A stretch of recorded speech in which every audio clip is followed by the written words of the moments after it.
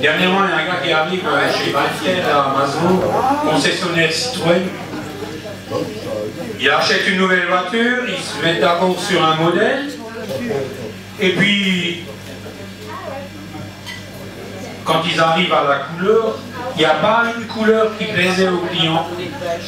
Alors Valter, il dit, mais qu'est-ce que vous voulez comme couleur? Il dit, moi je voudrais une voiture couleur sperme. Quoi? Une voiture couleur sperme? Ben écoutez, chez nous le client est roi. Vous faites ce que vous voulez. Simplement, on vous demande 15 jours de délai en plus. Quand la voiture est arrivée, prête, le client vient, il fait le chèque, il paye la voiture, au moment de partir, il y a Valter qui va le voir. Il dit, écoutez, je suis quand même un peu curieux, pourquoi vous voulez une voiture couleur sperme?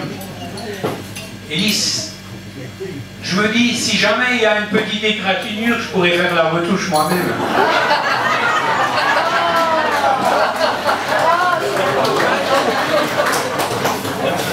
Ah oui, c'est un gars, vous savez que dans la vallée de la Tolère, il y a des fêtes modernes, et c'est un gars qui se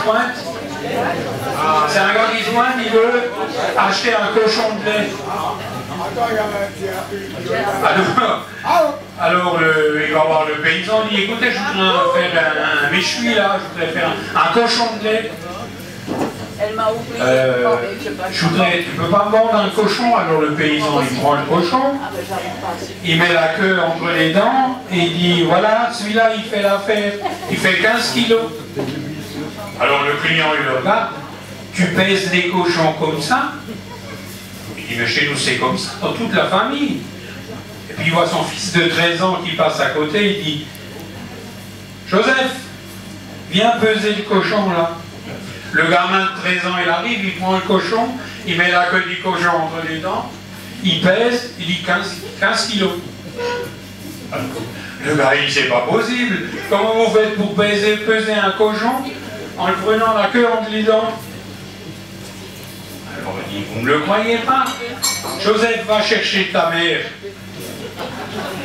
Joseph, il s'en va, il revient 3 minutes après, il dit, écoute, maman, on ne peut pas venir, elle est en train de peser quoi, le facteur.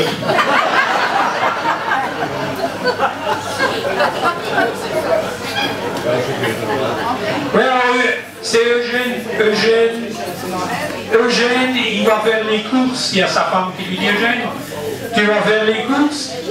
Écoute, si tu vas au supermarché, amène-moi une boîte de Tampax. Ok? Eugène il s'en va, une demi-heure après il revient. Il n'a pas de Tampax, mais il a un paquet de coton hydrophile. Et il dit tiens. Alors là, la femme elle n'est pas contente. Elle dit écoute, t'es quand même idiot, je t'ai dit du Tampax, pas du coton. Elle dit écoute, il y a 15 jours, je t'ai envoyé me chercher un paquet de cigarettes, tu m'as amené un paquet et du papier à cigarette. Maintenant tu fais comme moi, tes Tampax, tu te les roules toi-même.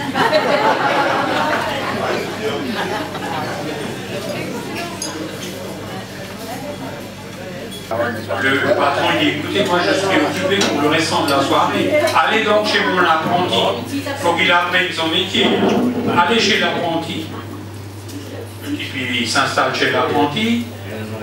Il lui met la serviette autour du cou, il prépare le savon, le blaireau, il commence à l'enduire de savon, et puis avant de prendre le couteau pour le raser, l'apprenti met la main dans la poche, il sort un noyau d'abricot, il dit mettez ce noyau d'abricot dans la bouche. Quand je vous dis mettez à gauche, mettez à gauche. Quand je vous dis mettez à droite, mettez à droite. C'est pour éviter de vous couper parce que moi je suis apprenti. Ok? Tout se passe bien. Le client est fini, il va à la caisse pour payer. Et il dit au patron, écoutez, vous avez de la chance. Parce que votre noyau, 2 ou 3 fois, j'ai failli l'avaler. Alors le coiffeur, le patron, il dit, oh c'est pas grave, il y en a déjà beaucoup qui l'ont avalé, ils l'ont tous rapporté.